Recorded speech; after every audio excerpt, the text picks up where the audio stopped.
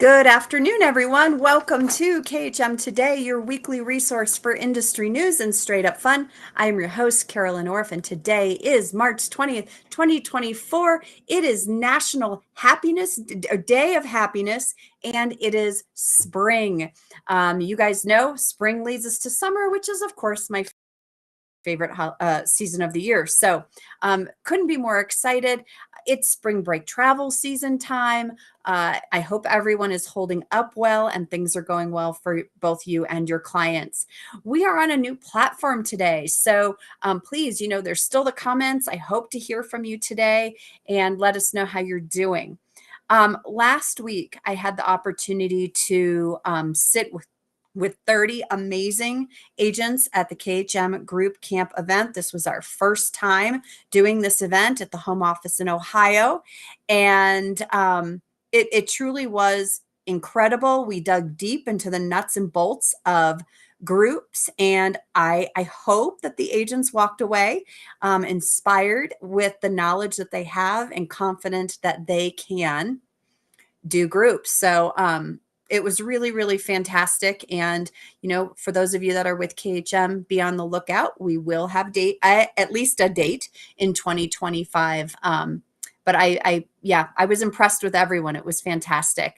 Hello, everyone. Hello, Vicky. Hello, Sadie. I don't know who Clutch Vacations is, but hello. Thanks so much for joining us. We have a fantastic show today. But before we get to that, I came across an article the other day that I thought was really interesting. It looked at the best airports around the world. Making that list of airports was Greenville, South Carolina, Gerald Ford Airport in Michigan, Rome, Casablanca, Turkey, Ecuador, Oman, and 2 airports in Indonesia. So of the 50 states, only 2 made the list of the best airports. Of course, there was an article about the worst airports, but I'm curious, what are your favorite airports and why? And does an airport really matter to you? Or do you just care to get in and out? You don't need all the bells and whistles that some of these airports have these days. So I'm curious. Feel free to comment in our live chat or comment if you're watching this at a later date on the screen in YouTube. All right, you guys, I'm very excited. Yes, St. Patrick's Day was on Monday. Yes, we celebrated, but it's still only the 20th, so we still get to celebrate this so fun holiday. We can't pass up the opportunity to highlight a destination that I'm absolutely enamored with, despite the fact that I have never been. So here to help us learn more about the beautiful country of Ireland is Katie Jessup, Director of Sales for Brendan Vacations, which is part of the Travel Corporation. Hi, Katie.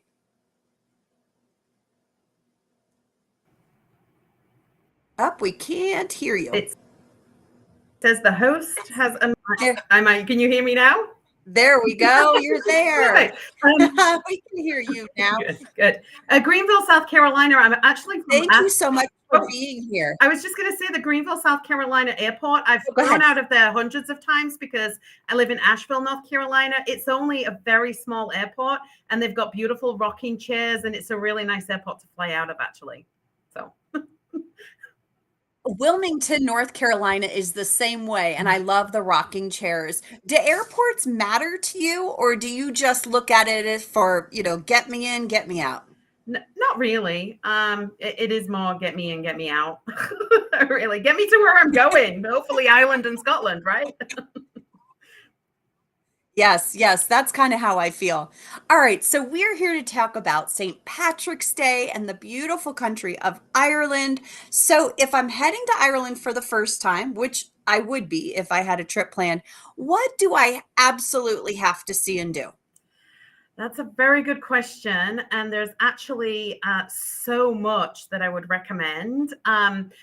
Flying in and out of Dublin is probably the easiest option. It's got a lot of, good flights coming here from the US. Definitely a must visit. There's tons of things to do in Dublin. From Grafton Street has incredible shopping. If you're interested in drinking a little, the Temple Bar area is fantastic. You've got St. Patrick's Cathedral and Christchurch Cathedral. Beautiful cathedrals to look at. the Guinness Storehouse.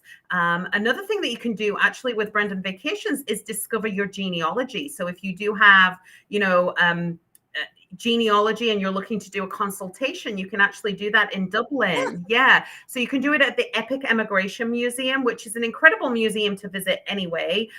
It's a museum that really tells you the history of the people. You get these very interactive and engaging, but you can also do genealogy consultations there, which is pretty neat.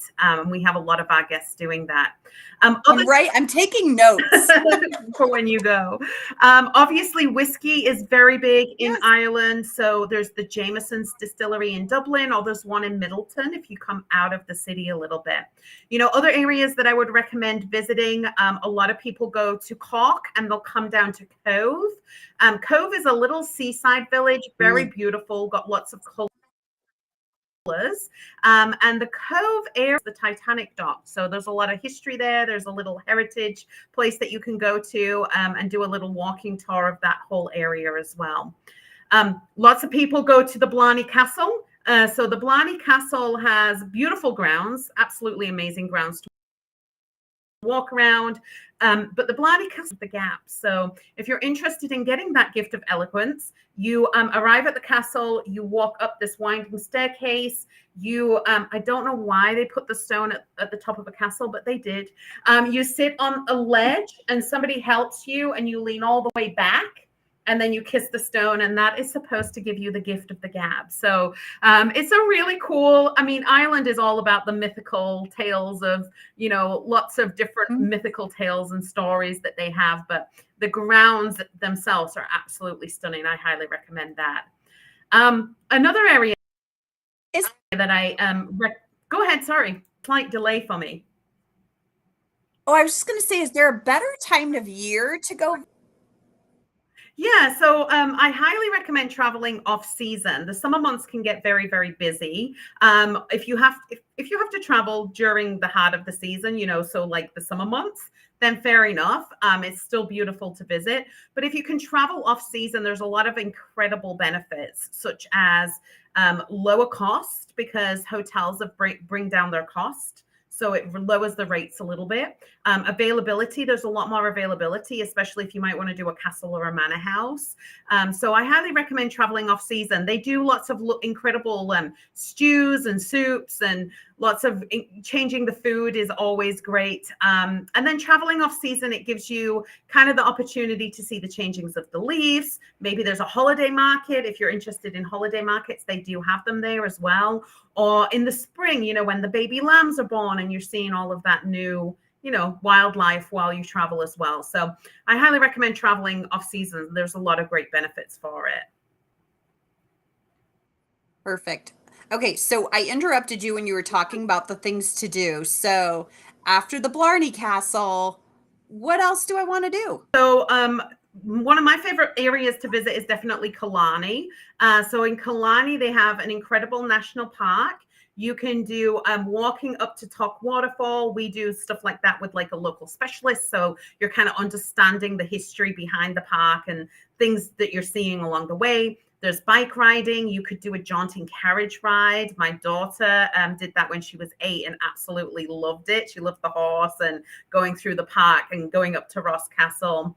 A lot of people stay in Killarney because they want to see the Ring of Kerry. And the Ring of Kerry is this incredible mountainous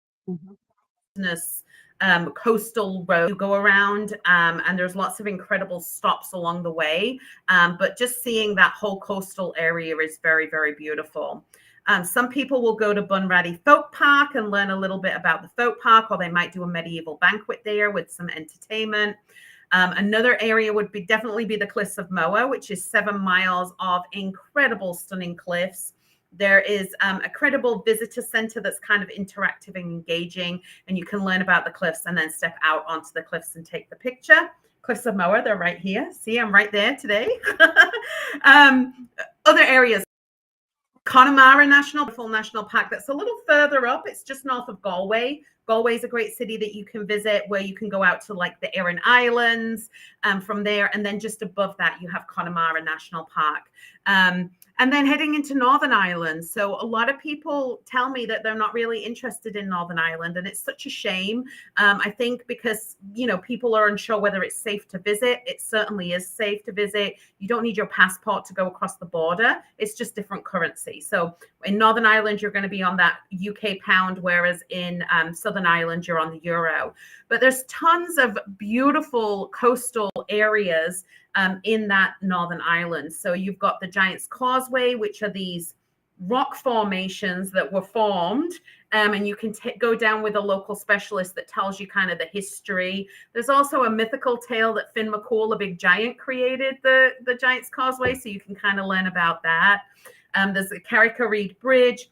There's the Dark Hedges. So if you're a Game of Thrones fan, you can kind of see the Dark Hedges, which appeared quite a bit in that show. And then you've got Belfast and Derry, which are the two big cities there. And there's a lot of, I highly recommend like a walking tour with a local specialist, because they'll tell you about the troubles to light for you. Also in Belfast, you've got the Titanic Museum. So you can kind of learn about the building of the Titanic, which is where the Titanic was built. The museum itself is kind of shaped like a ship, and it's built on the dockyard, which is where the Titanic was built. And it's this interactive, engaging kind of museum where it's got several floors that you go through, and there's a little ride that you get on when you learn about the making of the Titanic. And then you head up further and you learn about the clothes they wore and the classes of service. And then obviously we all know what happened to the Titanic. You learn about that and so on and so forth. So Northern Ireland, if you can get there in your first visit, I would recommend it. But if you can't, then you can do that maybe in a second visit. I feel like I could listen to you talk about Ireland all day long. You have a way of painting a picture that I find mesmerizing. I almost feel like I'm there, right? And I'm so jealous because I can envision all of this. And gosh, I got to get on the plane. And we have nonstops from Denver now, which is where I'm from. So that always helps, right? To just get on the plane once and you're on your way. All right. So for those of us that have clients that have been there, done that, but want to go back again, is there anything that's just kind of outside of the box that, most people don't do on their first visit, but might do on a repeat visit? Yeah. So kind of getting off the beaten path a little bit. So, a lot of people will go for their first visit or at a visitor center, and they'll see the cliffs from the visitor center. But if you're looking to do something kind of off the beaten path, we have experiences where you can arrive at the Cliffs of Moher in Dooling and take a hike across the Cliffs of Moher with a local specialist. This is also one of our Make Travel Matter experiences. So here we're giving back to the people, places, and planet as we travel as well, which Brendan really wants to look after the Celtic Isles. It is our homelands, So we give back to the preservation of the pathway. So I highly recommend, if you are going there for the second time and you're looking to kind of get off the beaten path, maybe doing experiences like that, or maybe horseback riding on the beach, or sea kayaking in the Atlantic Ocean. These are all different experiences that Brendan Vacations can offer to our guests that are kind of a little bit different and a little bit off that beaten track. I love the idea of making travel matter, because I think that's it's something that's become more popular, and people are looking for those unique experiences. A lot of people these days are very well traveled, but they want to be able to talk about something different with their friends and family, to say they've experienced something that not many other people have. So I love that. Let's talk about castle stays, because I feel like this is something that every travel request to Ireland comes with. What does it really look like? These tend to be off, they're off the normal path, right? Is it truly a castle stay, or is it become more of a resort stay? Does it really look like a castle? Yeah, so they Or is are it a manor? castles. Yeah, so there are castles in Ireland, and there's manors as well. So castles and manors are very, very similar. Obviously, castles were built to defend the country. Manors are more of those homes, right? So we have access to actually both. I've actually been very blessed to be able to stay in a castle and a manor house. And I'm not going to lie, it is absolutely amazing. I do highly recommend more than one night because, like you said, there's so much to do on property. You are staying off the beaten path. So if you look at a castle such as Ashford Castle is a 5-star castle. It's just kind of close. It's in County Mayo, which is very close to Connemara National Park, and it is very close to the village of Cong. Castle itself is hundreds of acres. So as you arrive, as you come down the driveway, and it's a driveway, it's not like a driveway for a cottage, right? It's a long driveway. You come around the corner and you just see this magnificent castle, and your heart just like, it's amazing. It's like, oh my gosh, I'm going to stay here for the night. When we arrived there, we had a bagpiper that piped us across the bridge, and the staff, I was with a tour, so I was with a group of people, and the staff were waiting for us Downton Abbey style. So they welcomed us into the castle. We had a welcome drink. They told us a little bit about the castle and what there is to do on the grounds. And then we went to our rooms. Now, what I love about Ashford Castle, not one room is the same. They're all designed individually, and they're just absolutely beautiful. We arrived, so we went to our rooms. Our luggage was already in our room for us. My room actually absolutely gorgeous. It also had heated floors in the bathroom, which is also a nice little touch. But then we had opportunities to do falconry experiences where you get to go out and take a walk with a specialist that tells you about these incredible birds. You get to feed the birds. There was opportunities for us to have afternoon tea. Ashford Castle has golfing. There's so much to do within the castle stay. So yes, it is like a resort in the respect of all the things there is to do there. But it really is, when you think about the castle walls, they can tell more stories than all of our lifetimes combined, right? So there's so much history there, and I just highly recommend it. The manor houses as well, such as Adair Manor, and there's Hayfield Manor. Again, absolutely stunning, and there's so much to do on property. So I highly recommend, spending a couple of nights there, maybe doing it at so you end your trip with some relaxation and on a high. It's not stuffy though. So some people ask me, is it a little stuffy? Like, will I fit in? I fit in pretty well there. I'm not going to lie. It's just wonderful. It really is wonderful.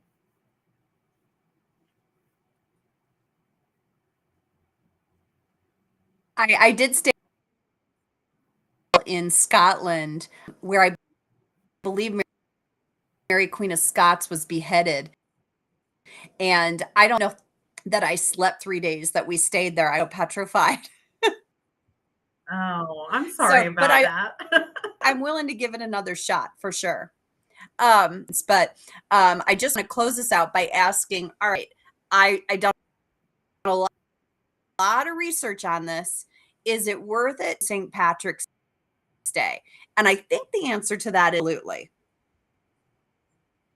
Yeah, they do celebrate just like we do here in the US, going to the pub, having the opportunity to meet local people, seen the parade in Dublin. I absolutely highly recommend it. One thing that I will say, and one of the real side of visiting Ireland, it's all about the people. And if anybody's been, I'm sure you'll completely agree with me. The local people really are what makes it. And being fortunate to work for Brendan Vacations, they have, and having boots on the ground in the destination with our really help connect our guests when they travel to those local people. And I mean, you could be in an elevator and there'll be somebody Irish in there with you. They'll want to know your life story in the 15 seconds it takes to come down there. They just want to know you, right? Or if you ask for directions, chances are if they have time, they'll take you to where you're going, right? They're just super friendly people. So one of the big things about visiting is definitely the people. And especially St. Patrick's Day. Well, and I think I read that it's not just Sorry. Yes, that you do actually want to arrive a few days before that, right? Because the celebration kind of starts before the 17th. and 100%. continues on for a couple of days. So, you know, it's worth it to be there a little bit longer. Now, one final question. Does Brendan Vacations have something that's specific to this day? Is there a tour that happens during this time, or is it that's focused solely on St. Patrick's Day, or is it a little bit more of a custom thing that you would put together? Yeah, so we actually have anything from guided tours, and we do have guided tours that do go over St. Patrick's Day, but we have guided tours through to fully customizable trips. So if you're looking to drive yourself, you can drive yourself. If you're looking for a private chauffeur and having somebody drive you because you're not really confident about driving on the left, we have private chauffeur, we have rail travel. So we actually have 5 different travel styles to choose from. So what is neat is some people will mix and match the travel styles. So they might decide to do, you know, 7 days guided, and they want to do 3 nights where I can discover my genealogy and go to where I was born.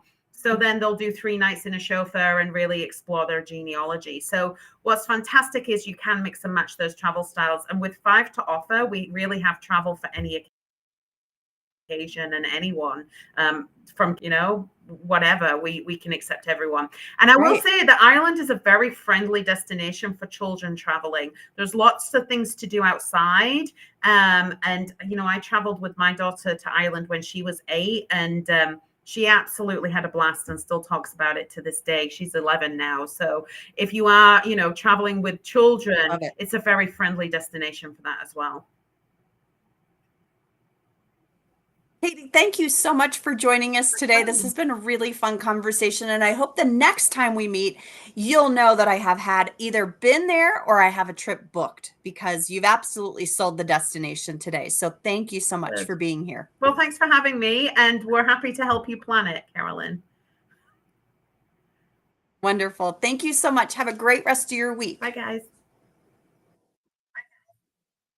All right, everyone. So as you know, for those of you that are avid listeners, we do a cocktail competition. Kevin Kelly and I are our favorite Irishmen in the office. We go head to head each year to create the best cocktail out there for St. Patrick's Day. So we did it this year in the office.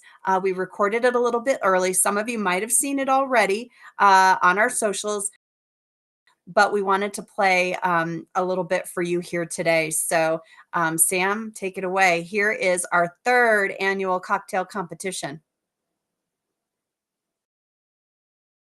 Hi, everyone. We're cocktail competition for KHM Today. This year, I'm making the Irish Gold. So we're going to take some ice, 2 ounces of ginger ale, 2 ounces of orange juice, 2 ounces of Irish whiskey. Oh, isn't that grand now? And just a little bit of peach schnapps. A pinch, will you? And we're going to mix. And then see, we just put a little right on there. So we're going to do 1 part Irish cream, 1,000, 2,000, 3,000. All right. No, nope. This one. The vodka now. 1,000, 2,000, 3,000. Is that how you measure parts? Yeah. Okay. And then this is just 1 part, so we'll just go 1,000 espresso. All righty. That's all we got to do. It's real easy. Shake it up. Irish espresso martini. The ladies around the office really love it. Now, if we had time, we would have put the little chocolate rim around it. 3 beans put in properly so they form a shamrock. And the leprechaun dust. And a little leprechaun dust. That's it. Cheers. Cheers. Oh, that's outstanding. Judges, you ready to try? Ooh, that's nice.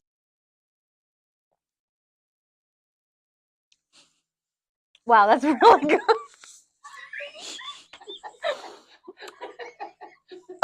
I'm sorry, Carolyn.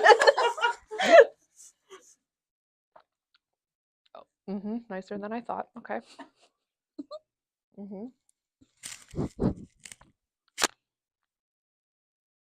This one. Oh, that's good. I'm going with this one.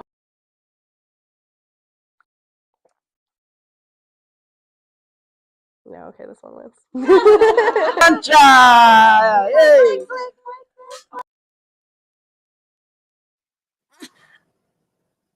I don't know that I had seen that edit, so I hope you guys enjoyed that. It was a lot of fun. I'm going to have to bring my A game next year because I think I've been killed 2 years in a row. But thank you to Kevin and Joanne and Sarah and all of our judges. Sarah with no H,